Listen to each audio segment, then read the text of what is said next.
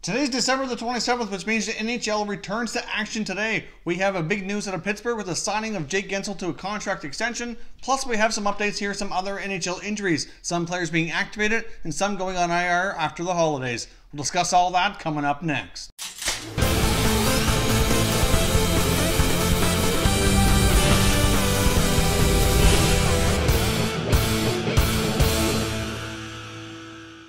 Hey everyone, and welcome back to another video here at Top Shelf Hockey. If you're new to the channel, thanks for stopping by. We review and discuss all 31 NHL teams, so if you're a huge hockey fan, consider subscribing and clicking the bell so you don't miss anything. So as I mentioned off the top, the NHL returns to action today after their holiday break on December the 27th. And we kick things off before we have any games today with the big signing out of the Pittsburgh Penguins organization. They've signed Jake Guentzel to a 5-year contract worth $30 million or a $6 million annual cap hit. Now, of course, Jake Guentzel was set to become a restricted free agent with arbitration rights this offseason coming up here, and now obviously that will be avoided. They went on to say here from General Manager Jim Rutherford that they feel like Jake Guentzel's really become an important player and a member of their core. So obviously they see him as a long-term valuable asset, and they want to get him locked up. Now, of course, with the Penguins struggling early on this season, I know there was lots of speculation about the Penguins making changes, and his name was even one that came up at that point in time. At that point, he was kind of struggling a little bit, got off to a slow start, but he's certainly picked things up, and as of right now, his stats for the season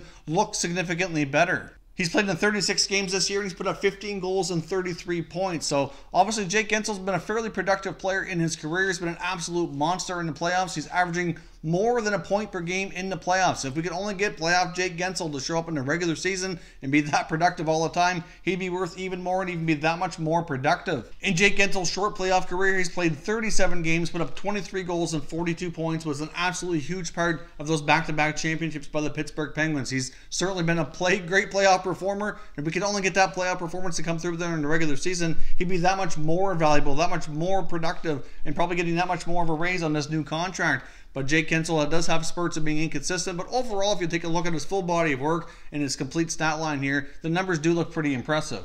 He had 33 points in 40 games as a rookie. He followed that up in 17-18 by appearing in all 82 games, putting up 23 goals and 42 points. And like I said, now this year, he's almost on point here for a point-per-game season. So if he can keep that up, he's certainly going to improve drastically upon his first 2 years in the NHL statistics and will be a lot closer to the numbers he's put up in the playoffs. So, of course, Guentzel's still quite young. This buys him 2 years of his unrestricted free agency. So, by the time this contract expires, Jake Guentzel will be a UFA. So, that's pretty good news for the Pittsburgh Penguins. Except when you take a look at his full body of work here, I do like the contract. I think it's pretty fair. I just like to see a little bit more of Jake Guentzel in the playoffs show up in a regular season. But for $6 million, if he's going to be a productive 25 to 30 goal guy, putting up 50, 60 or more points, then I certainly do think that's a pretty fair contract for the Penguins and Jake Guentzel.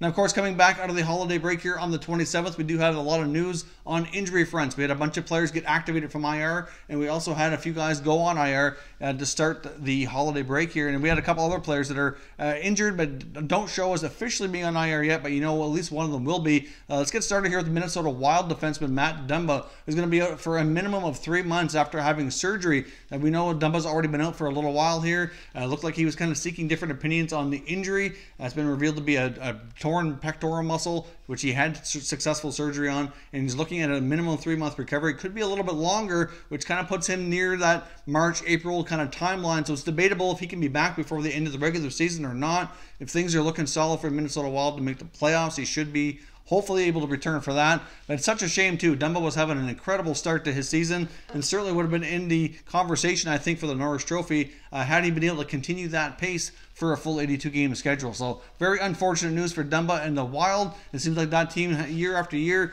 has different injury problems causing them to end up, maybe not having as strong a season as they could have, and Dumba is the latest victim. So unfortunate news on that front. Now the Ottawa Senators have a couple players they've placed on IR here today. Defenseman Justin Falk, who they just recently signed, as well as goaltender Craig Anderson's going to be out for a little bit. They did put them on IR. They only said for right now that they're not going to be able to play this weekend because they have a couple of games coming up here after starting tomorrow.